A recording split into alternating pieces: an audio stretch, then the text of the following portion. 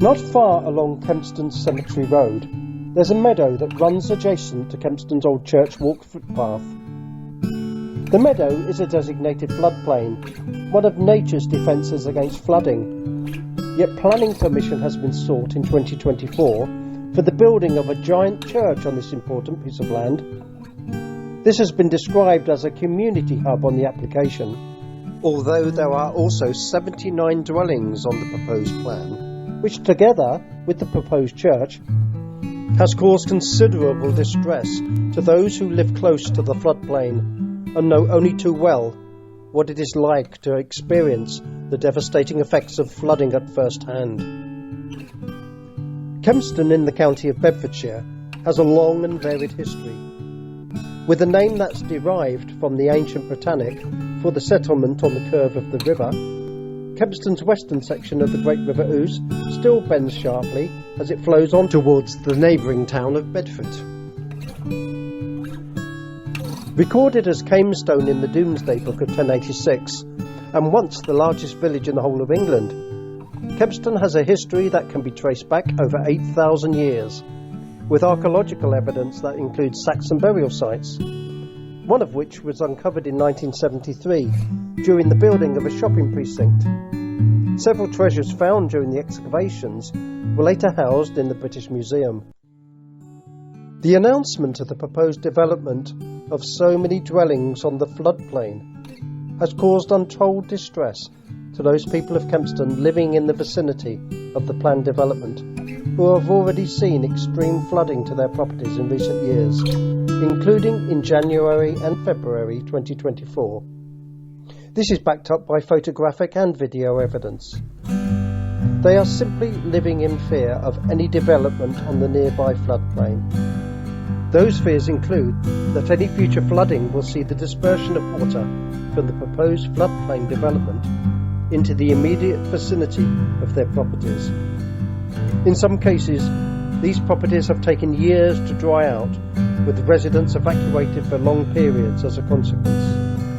Nature dictates that the water moving from a developed floodplain will have to be dispersed somewhere, and the water will be forced towards those lowland properties already affected by flooding. The recent flooding of the Great River Ouse at Bedford and Kempston, with record levels of rainfall flooding great expanses of nearby land, has reminded everyone of the need to take every precaution possible to safeguard against future flooding. Never has the potential for environmental impact on developed floodplains close to the river been so apparent, and never has the need to protect these lowland spaces at all costs been so crucial to any flood-reducing strategy in the future.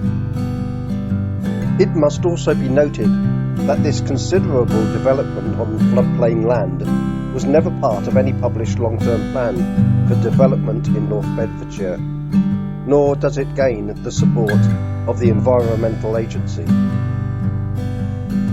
Kempston Cemetery Road has become an extremely busy road, particularly at peak times.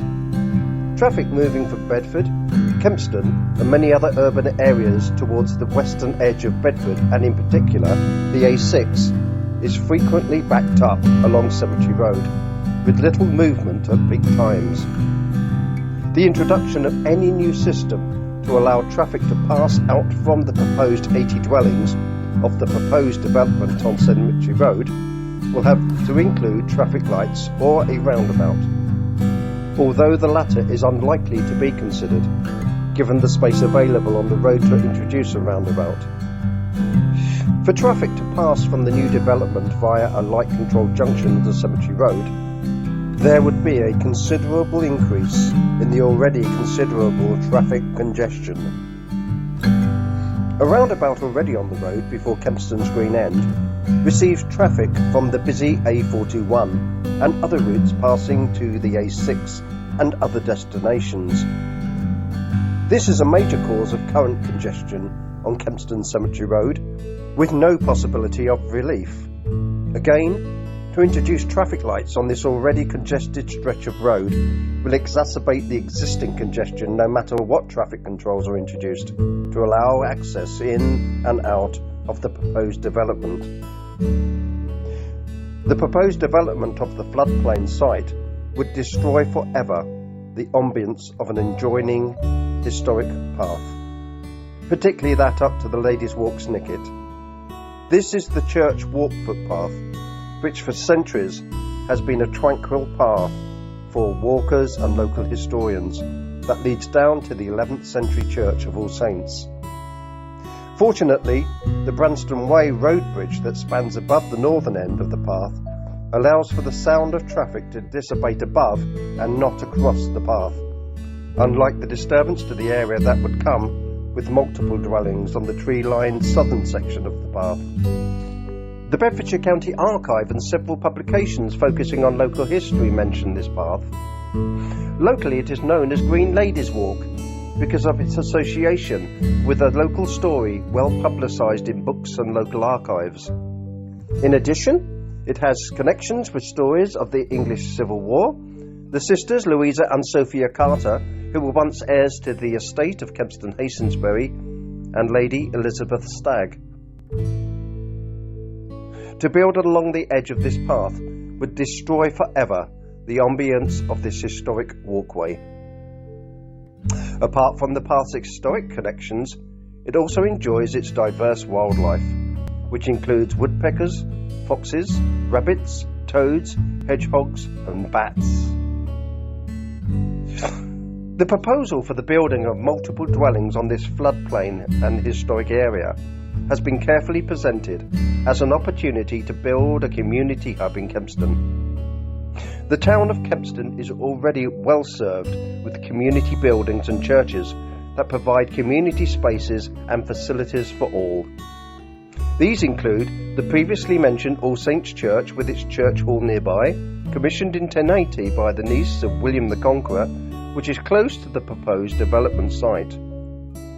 Community hubs that already exist includes Kempston Hammers Club, with a rugby field that borders the meadow in question. The Kempston Hammers Club currently provides facilities for local groups including WI, gardening clubs, line dancing, community choirs, bingos, charity quizzes, league skittles, league darts, as well as sports teams including football, cricket, rugby, bowls and tug of war, and is home to Kempston's most price-friendly function room that is used for birthdays, anniversaries and wedding receptions.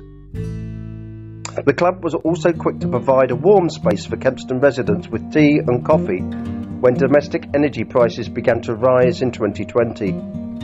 Photographic evidence that many local pensioners took advantage of this community project are once again easily available. Another local community facility is the Addison Centre in Kempston. Originally built with a community fund and continuously managed by a community association, it has recently enjoyed a resurgence in its position as a major function space through the efforts of a dynamic and newly appointed management team. Kempston is already well served with function halls and community group facilities. These include the Addison Centre, the Centenary Hall, Kempston Hammers Sports and Social Club, Daly's Club, the Constitutional Club, the Southfield Centre, Kempston Rovers Football Club, Kempston Keep, Kempston All Saints Parish Church Hall, Kempston Transfiguration Church Hall, Kempston East Methodist New School Hall, Kempston East Methodist Old School Hall, Kempston West Methodist Church Hall, Kempston 101st Bed Scout Hut, Kempston Indoor Bowls Club. All of these local facilities operate a policy of total inclusivity, although not all are licensed premises. And there we have it, a floodplain in Kempston, now threatened forever, at a time when nature's nearby flood barriers are endangered by a proposed development that, if realised, nature itself, in both its destructive and living forms, will have the final say.